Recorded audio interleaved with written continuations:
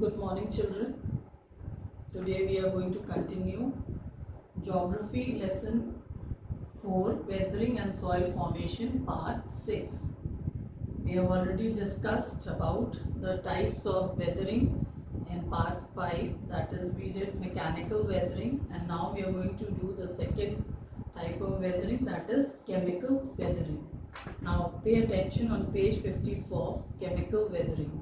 What is chemical weathering? Chemical weathering involves the breaking down of rocks by altering or dissolving the rock minerals due to chemical actions or changes. So this is what you mean by chemical weathering. So as the name suggests, chemical weathering means some chemicals are involved in changing or altering the nature or the composition of the minerals or rocks. So let's read. As I read, I'll explain it to you. Now, where are the places where chemical weathering takes place? It is more common, chemical weathering is more common in hot and humid regions. It is a slow process as compared to mechanical process. So these are the characteristics of chemical weathering. The gradual decomposition of the rocks takes place due to exposure to air and water containing oxygen from the air may change iron in the rocks to iron oxide or iron compounds. So the main chemical changes that takes place in these rocks are due to the exposure to air, because all of us know that air is a mixture of gases, and there are many gases, and one of them is oxygen and carbon dioxide. So when air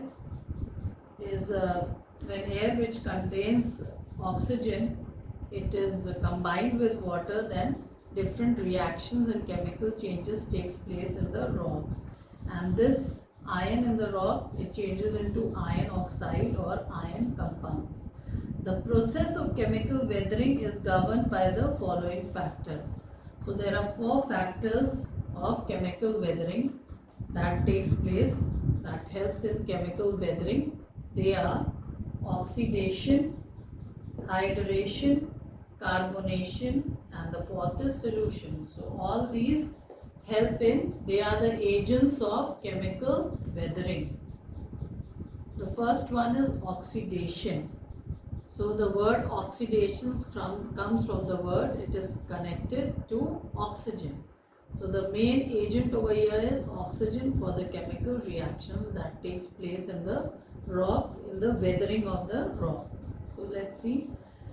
Oxidation. When the oxygen in the air and water reacts with minerals in the rocks, oxidation takes place. So over here, the main component of reaction, that is weathering, is oxygen, and when oxygen that is present in the air and water, oxygen and water, the main components of reaction over here is oxygen and water. When they react with the minerals present in the rock, then oxidation takes place. For example, most rocks contain a certain amount of iron which, on coming into contact with air and water containing oxygen, changes into iron oxide. So the iron which is over there present in the rock, minerals in the rock, when it come in contact with air and water present in air, then that changes into iron oxide. Iron oxide crumbles easily and is far more easily eroded than original iron. So with the chemical changes, that is oxidation, the minerals present, that is iron mineral present in the rock, it would be difficult for it to break in that form, but when it comes in contact with air, that is oxygen, and water present in the atmosphere, then it reacts on it, and that iron that is present in the rock in a mineral form, that changes into iron oxide, and this iron oxide is easily, that is, it is easily broken and then eroded as it would be in its original form, that is in iron form. So the changing of iron into iron oxide helps in the weathering process through chemical change, and it helps in the breaking up of rock, that is disintegrating the rock easily. So in this way, oxidation helps in the chemical weathering of rocks. The second one is hydration.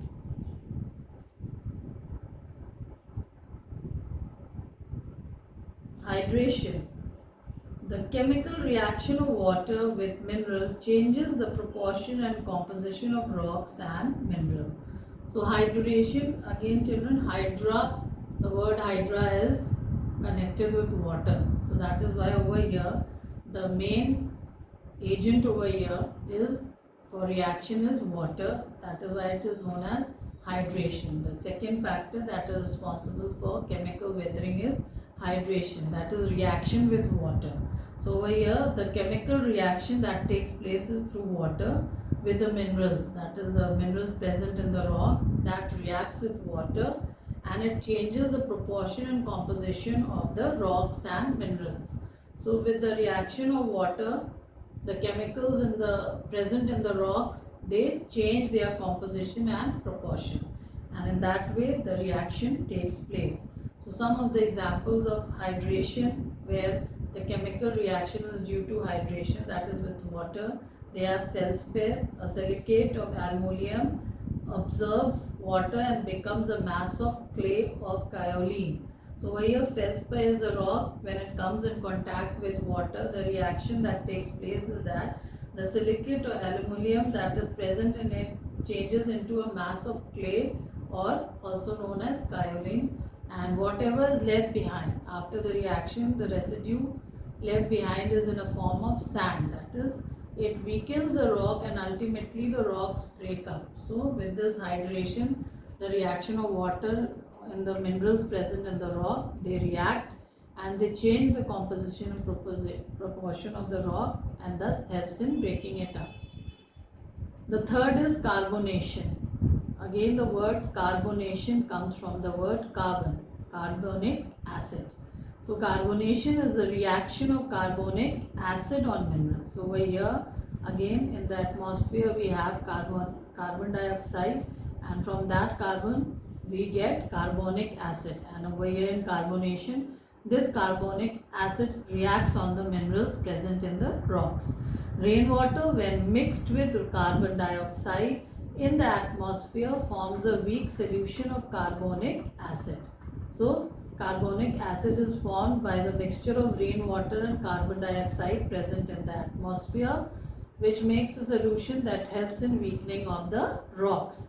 It acts on rocks containing limestone and chalk. The reaction results in calcium bicarbonate. So when rainwater mixed with carbon dioxide, they react.